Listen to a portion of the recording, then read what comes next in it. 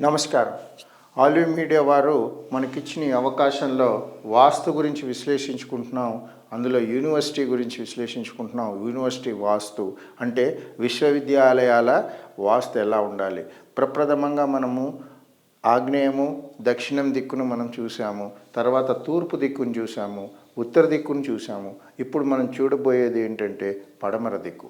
అంటే పడమర దిక్కున అంటే మనం విశ్లేషించుకున్న దానిలో 25 ఎకరాలు కానీ 10 ఎకరాలు ఉన్నప్పుడు ఈ 4 దిక్కులు 8 దిక్కులు ఎలాగైతే ఉంటుందో అందులో మనము తూర్పు దిక్కును ఎలా ఉంటుంది, ఉత్తర దిక్కును ఎలా ఉంటుంది, దక్షిణ దిక్కు ఎలా ఉంటుంది అనేది విశ్లేషించుకున్నాం. ఇప్పుడు మనం పడమర దిక్కు విశ్లేషించుకున్న దగ్గర పడమరలో బిల్డింగ్స్ ఏవైతే ఉంటాయో పడమర దిక్కున ఏదైతే ఎంట్రన్స్ అంటే పడమర నుంచి తూర్పుకి,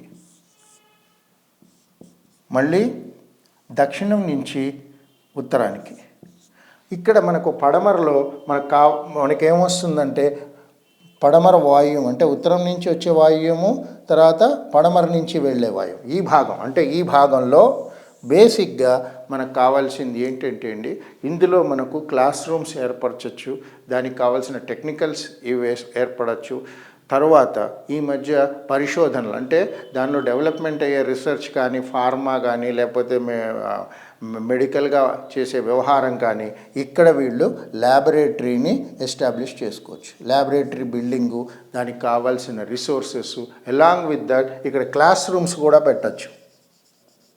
ఈ క్లాస్ రూమ్స్ ఎట్లా ఉండాలి అంటే పడమర దిక్కు ఉండి తూర్పులోంచి వీళ్ళు పడమరకు వచ్చేదానికి ఈ క్లాస్ రూమ్స్ పడమర దిక్కును పెట్టచ్చు. తర్వాత ఇక్కడ ఈ భాగంలో ఏంటి పడమర నుంచి నైరుతి, తర్వాత దక్షిణం నుంచి నైరుతి, ఈ భాగంలో అక్కడ కనుక బిల్డింగ్స్ వస్తే పడమర నుంచి నైరుతి, దక్షిణం నుంచి నైరుతి వచ్చిన దగ్గర హెవీ లోడ్స్ పెట్టచ్చు. హెవీ లోడ్స్ అంటే ఏంటంటే పెద్ద పెద్ద యంత్రాలు, యాంత్రిక సంబంధించిన వ్యవహారాలు, అది ఇంజనీరింగ్ యాంత్రికంగా ఉండొచ్చు, మెడికల్ యాంత్రికాలు ఉండొచ్చు, యాంత్రికం అంతా కూడా ఇక్కడ పెట్టచ్చు. సపోజ్ ఇదే భాగము ఈ ల్యాబొరేటరీ అన్న వాయువ్యం దిశలో పడమరలో మనము ఆపరేషన్ థియేటర్స్ పెట్టచ్చు, ఏదన్నా చేయొచ్చు. ఏది మెడికల్గా అయితే మీరు ఇక్కడ ఆపరేషన్ థియేటర్సు, పేషెంట్స్ ఇవి చేయడానికి ఆస్కారం. అదే ఇంజనీరింగ్ అయితే ఇంజనీరింగ్ సంబంధించిన ప్రాసెసింగు దాన్ని ఇవి చేయొచ్చండి.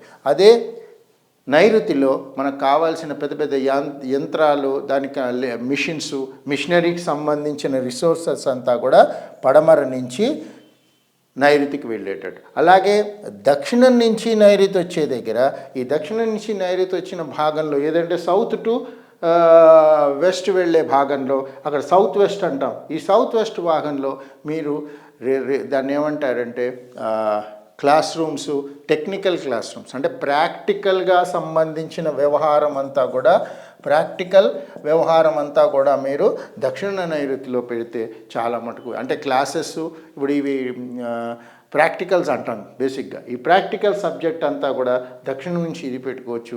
రెండోది ఏంటంటే అందులో కావాల్సిన రిఫార్మ్స్ అండ్ రిసోర్సెస్ ఇక్కడ ఎస్టాబ్లిష్ చేస్తే మాత్రము చాలా మటుకు ఉపయోగపడుతుంది. అలాగే ఆగ్నేయం, ఇక్కడ ఆగ్నేయంలో దీనికి సంబంధించిన ఎనర్జీస్ అంటే దీనికి కావాల్సిన ఎనర్జీ అంటే ఎలక్ట్రిసిటీ ఉండొచ్చు, దానికి కావాల్సిన సిస్టమ్ అంతా కూడా ఈ భాగంలో పెట్టచ్చు.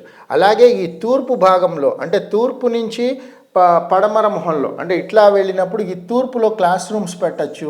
ఇక్కడ ఈ ఈశాన్య భాగంలో అంతా కూడా మీరు దాన్ని ఏమంటారంటే ఓపెన్ పెట్టేసి వాళ్ళకి కావాల్సిన కారిడార్సు, పైకి ఎక్కడానికి కారిడార్స్ అంతా కూడా ఇక్కడ అరేంజ్ చేయొచ్చు.